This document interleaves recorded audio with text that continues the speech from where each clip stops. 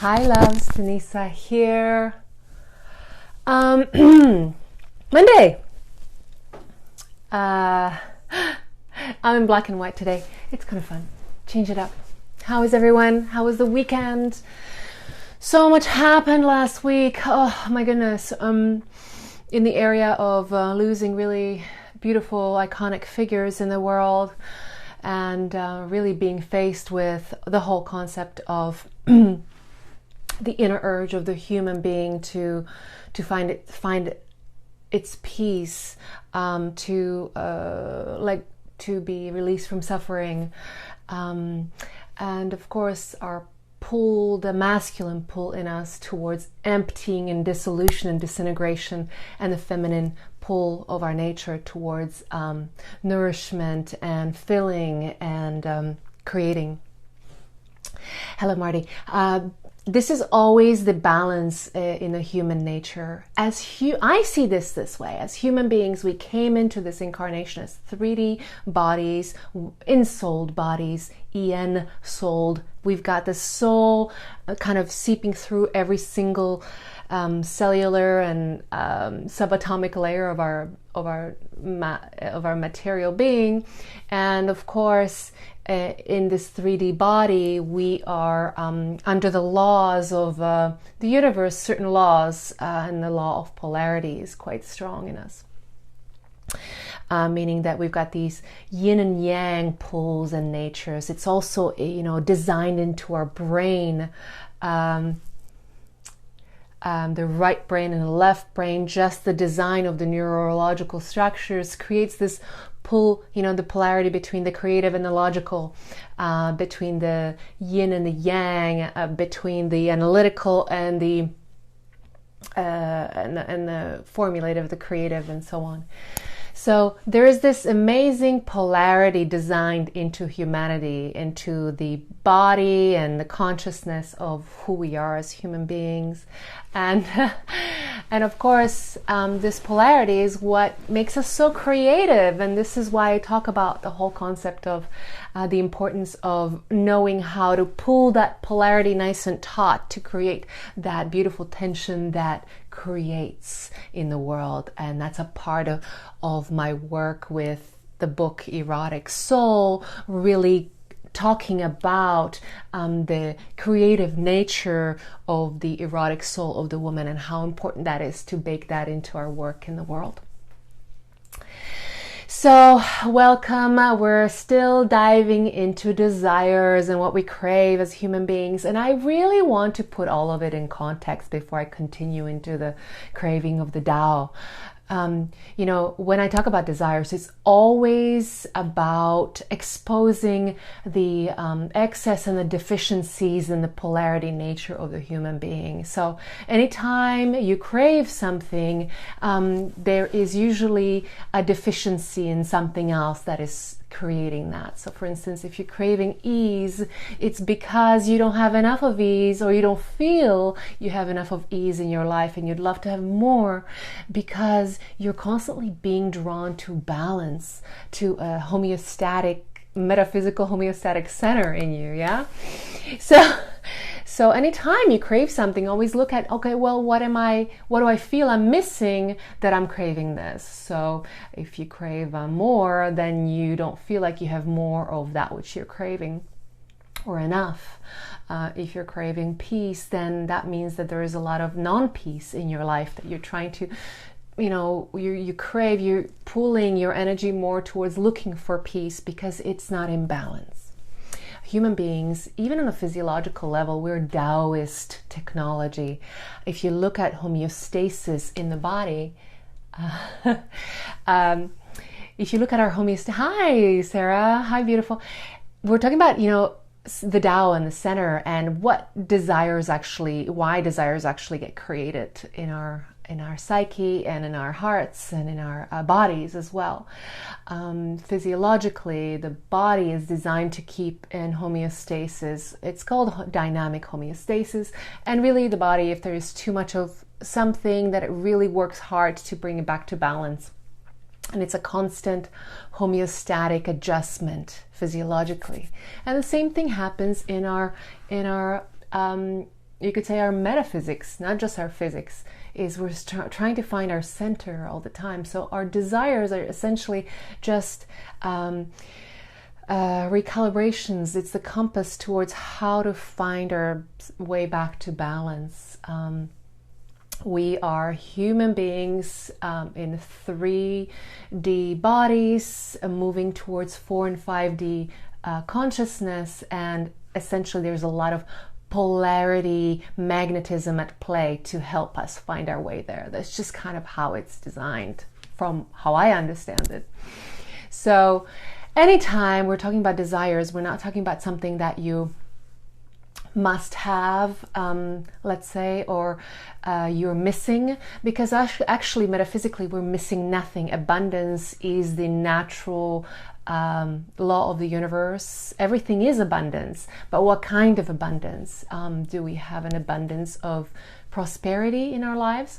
Is there enough money in the bank, or is there enough an abundance of love? Are we properly loved, like really properly loved by our beloved, or are we properly loved by ourselves? You know, is this like up to par?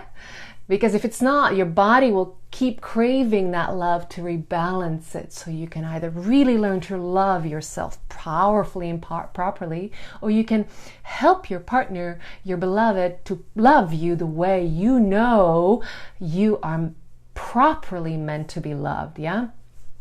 And that's all about bringing that balance in. Your soul knows how you need to be loved to feel at the TAO, at your center, at your dynamic homeostasis, whether it's physiological, whether it's metaphysical.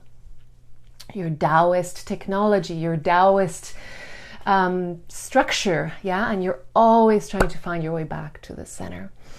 And so desires are really the compass, kind of, you know, what do you desire? If you really had to right now sit down and say, okay, I'm gonna ask you to write down your top 10 desires right now in your life as it is on, you know, June 11th, 2018. What is it that you crave, hunger for?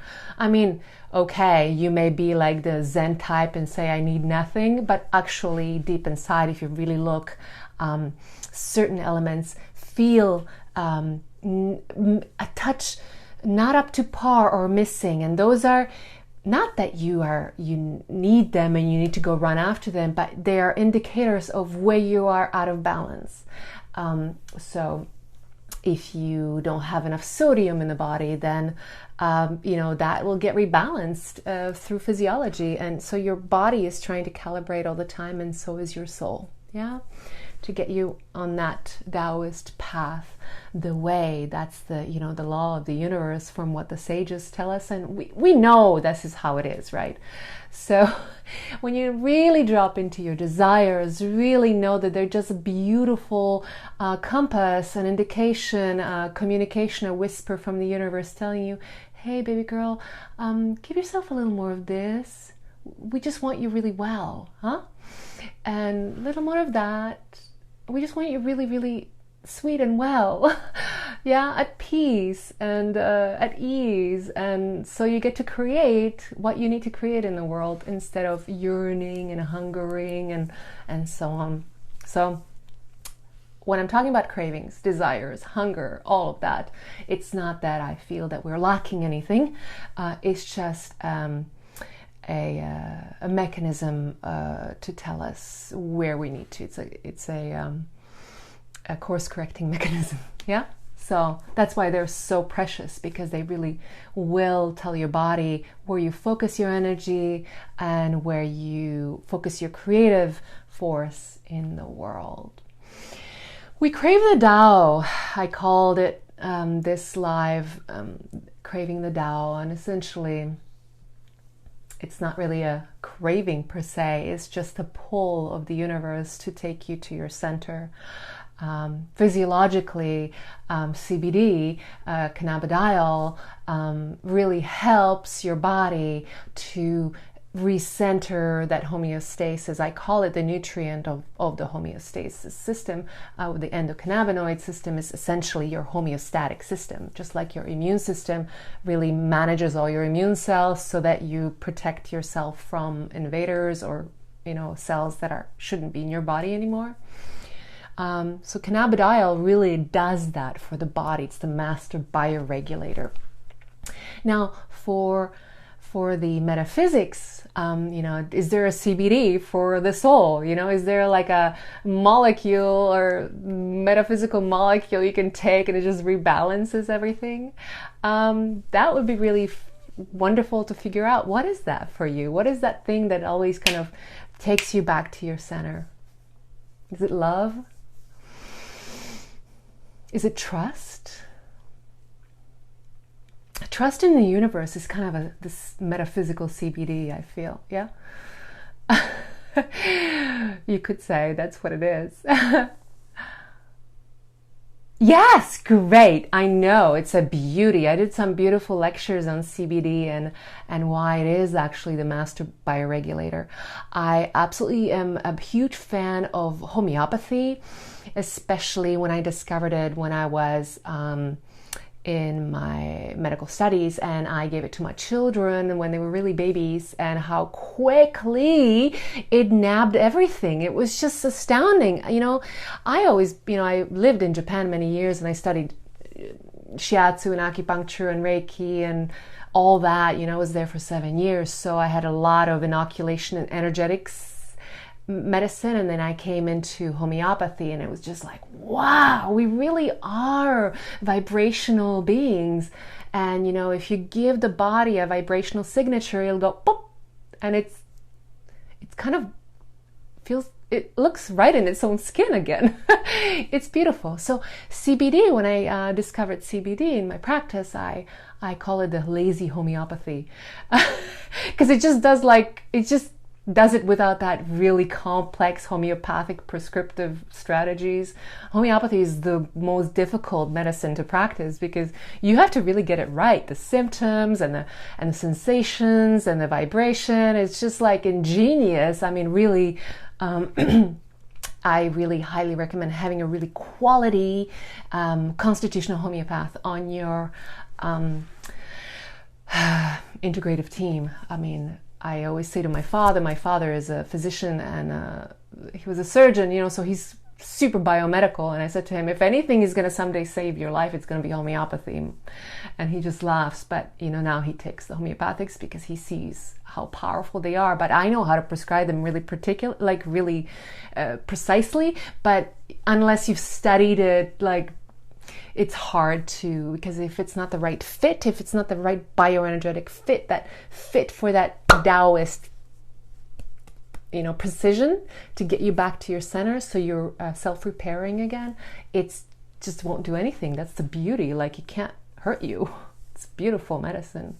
It's super benevolent. I'm telling you, any pediatrician that's not using homeopathy for children is not doing the world a favor. That's my take on this. Homeopathy in pediatrics and homeopathy in psychiatry are extremely important. But if you can't get to a constitutional homeopath, I would highly recommend definitely having CBD on your supplement shelf and be taking that every day, because that is essentially the lazy homeopathy. It's the master bioregulator. It'll help your body to come back to its center so quickly, and then it can repair itself. Of course, you can add other nutrients and other therapies and amazing raw live foods and lots of love and super aligned lifestyle, and you're fine, right? But if you need to start with something, I would always start with CBD. It's a no-brainer. Knowing the physiology and knowing what we're learning about the endocannabinoid system as becoming an actual system, and much like immune system, much like the respiratory system, digestive system, we've got this incredible, ingenious, sophisticated, homeostatic balancing system in the body. And that's the role of the endocannabinoids in our body that we create ourselves. So this is new science. I mean, it's only been since the 90s that we've started to understand what the endocannabinoid system is. And that's the physiological balance. That's the physiological homeostasis.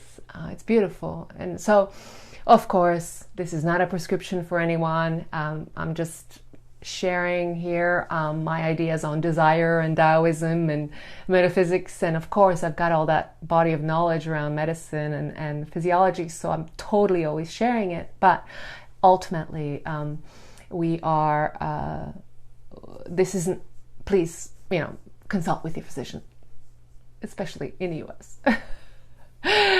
I was a physician in the US for many years, and of course, you have to always cover your ass because it's like it could come out of nowhere, X, Y, and Z, and it's, the liability, climate in the United States is challenging. Yeah, it's interesting.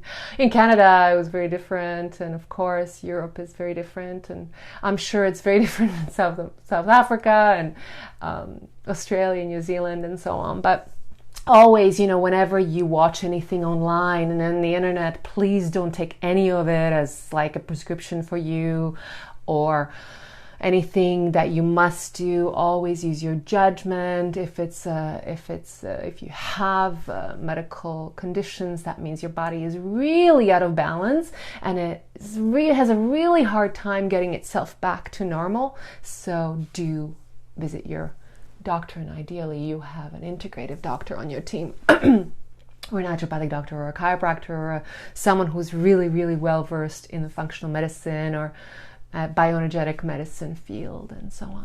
That's really smart. I can't stress that enough. My father, he's a straight up physician, and I kind of feel really bad for him because at the end of the day, he sees, let's say, 50 people, but he can't really help them to get really well, and it's exhausting. I mean, he's tired, and because what he has in his toolkit is meds. Can you imagine doing that all day? And that it's actually not really getting the people their true healing mechanisms switched on. And that's, your soul knows. So it's kind of challenging. And even though, there's a standard of medicine that physicians have to follow, it's a funny 3D design, isn't it? Western medicine. It's a beauty. Anyway, it has its place, and it has certainly saved a lot of lives, and it has certainly taken a lot of lives. It's kind of the irony of this time of human evolution is that we've got these amazing scientific breakthroughs, but we're actually blocking a lot of it, blocking a lot of innovation. Because of cash and our fear and greed and so on. So His Holiness the Dalai Lama says, just love them. Just love them, and just like the millennials, just get in there and show up and open up and, be a part of the resistance, or just make a difference somehow. And the best difference we can make is begin to really take a hold of our vibration, take a really hold of our metaphysical health, and really start dropping into forgiveness and gratitude and love and joy and bliss, and designing for it actively. And when shame and guilt and remorse and overwhelm come in, we just kind of watch them spiral us down for a bit and go, oh, sweetness, here you are again. No, don't worry. You can just pass through, and don't let it stick on you. Don't let it seep into your DNA. You just observe it. These are old remnants of your programming, and just let them pass through. They pass through many times a day, even me, and I feel like I hold a pretty good positive vibration overall. But we're just human, right? So the key is to really watch between the hard moments, let's say between the guilt and the shame, that time in between. What is your vibration? Do you have trust in the universe? Do you have love for humanity, even though it's so fucked up? Do you have love for us? For yourself, how deep can you go loving yourself? Between the guilt and the shame and the overwhelm and the anger, between those little trigger points throughout the day, what's the vibration you're truly holding? I feel that I've really stepped into fearless timelines. So I have so much more love, so much more trust now in my life. But of course I lose my marbles a couple times a day, probably because I'm like a fiery little European. Like, I can't be, I'm not Swiss, okay? So, of course Swiss are European, but they're like different. Sweetness, they're so good. Anyway, so I'm a bit of a rascal, right? So I will lose my little marbles here and there, and it's a part of like feeling alive. We just it's that lightness, that's that play, and it's that kid in you, and it's that lightness of being. And I'm 45, but I don't feel, what's 45 anyway? I feel like I'm 9 years old still. I mean, in some moments in a day, because I'm just a little rascal, and I have kids that age, so I get to do that because that's kind of, it's fun, and life is supposed to be about play, and the best innovation happens through play. Vulnerability is so much more easier to share when you're in a state of play, when you have a lightness of being about you.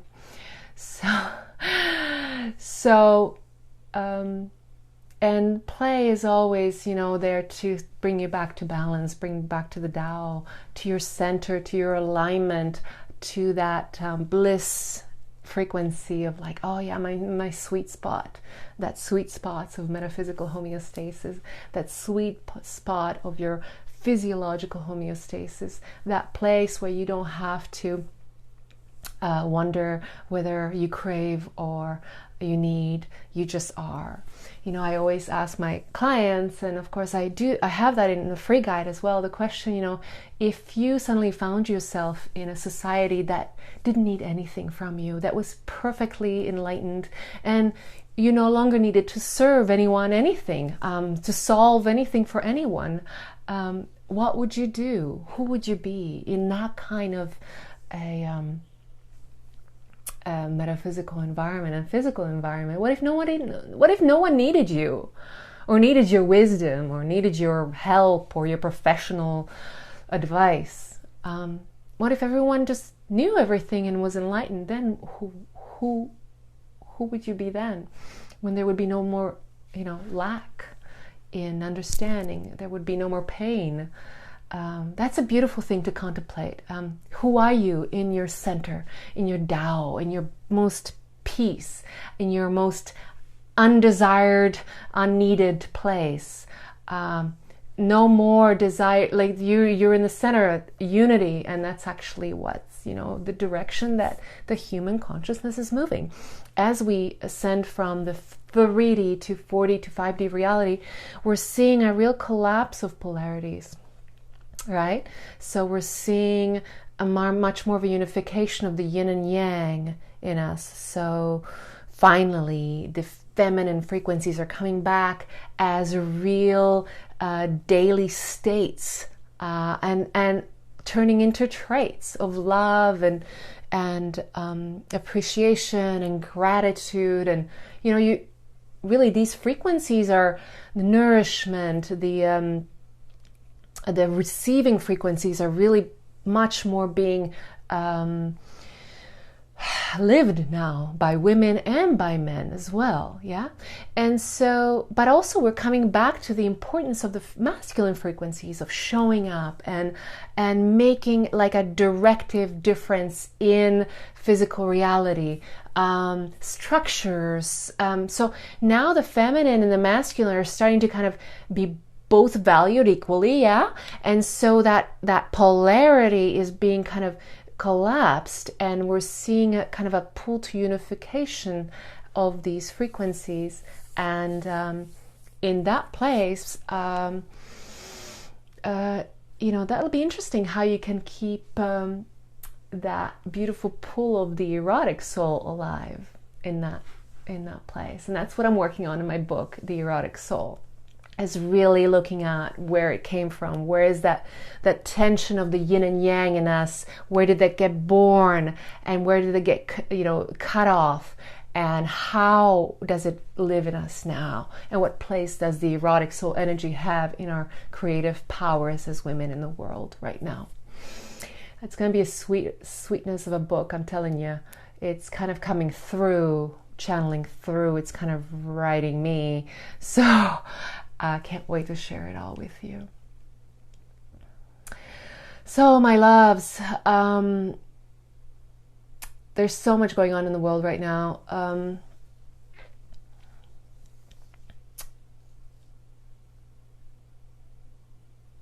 Just keep listening to what your desires are telling you. They're just showing you back to your center, to the TAO, and to your alignment, to your bliss, to the ecstatic nature of your being. Ecstasis is essentially a masculine flow state of awe and wonder and excitement, and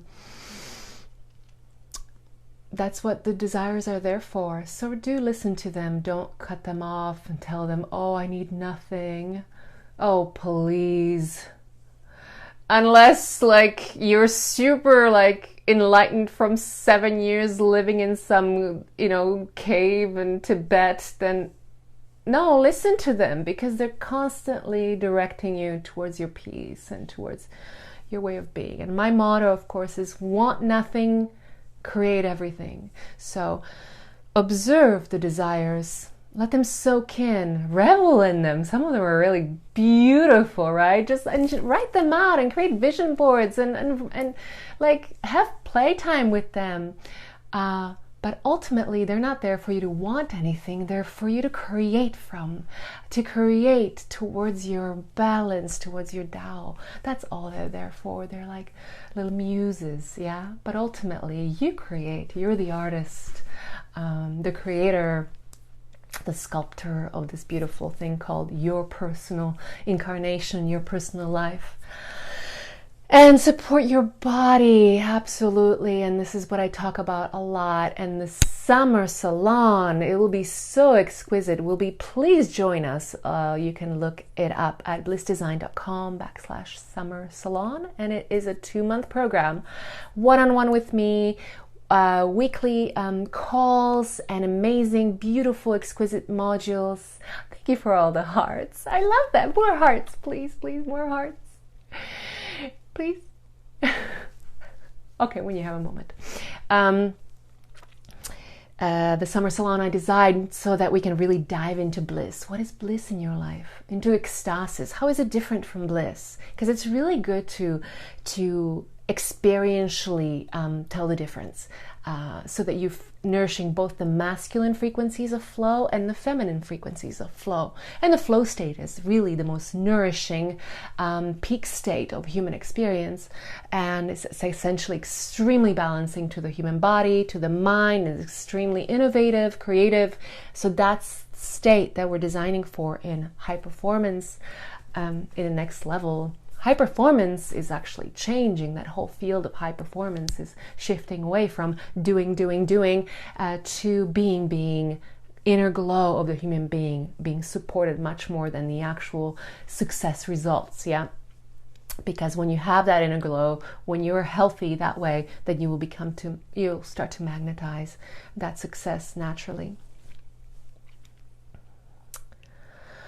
Support your body, and that's what we'll be doing, diving into bliss and ecstasis and the erotic soul. And that's the really interesting, juicy piece, because we still get to have that polarity in us as 3D, 4D, 5D beings. There's still this incredible pool of arousal in our bodies and in our souls to create.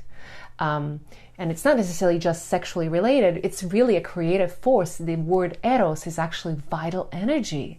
And so it's that creative force to create and to move towards that unveiling process, the expansion process of seeing truth and getting in touch with the infinite nature of the human being, which is ultimately what good health is, right? So, and then of course we'll be tailoring all that beauty, all these yummy high level frequencies into your desires, redesigning your desires from the filters and the lens of bliss and the erotic soul. And of course your purpose and your business and your mission and legacy, everything you're creating, if it can be infused with this high level, high grade, sophisticated frequency series, then what you'll be creating will be so much better for the planet overall, right? I mean, a healthy woman creating, I mean, of course, healthy feminine, because of course there's a lot of really divine masculine men creating amazing things in the world as well. So but the salon is for women. I work with women. That's kind of just my focus. It's not, it's not due to any particular exclusion. I just, we just need to focus.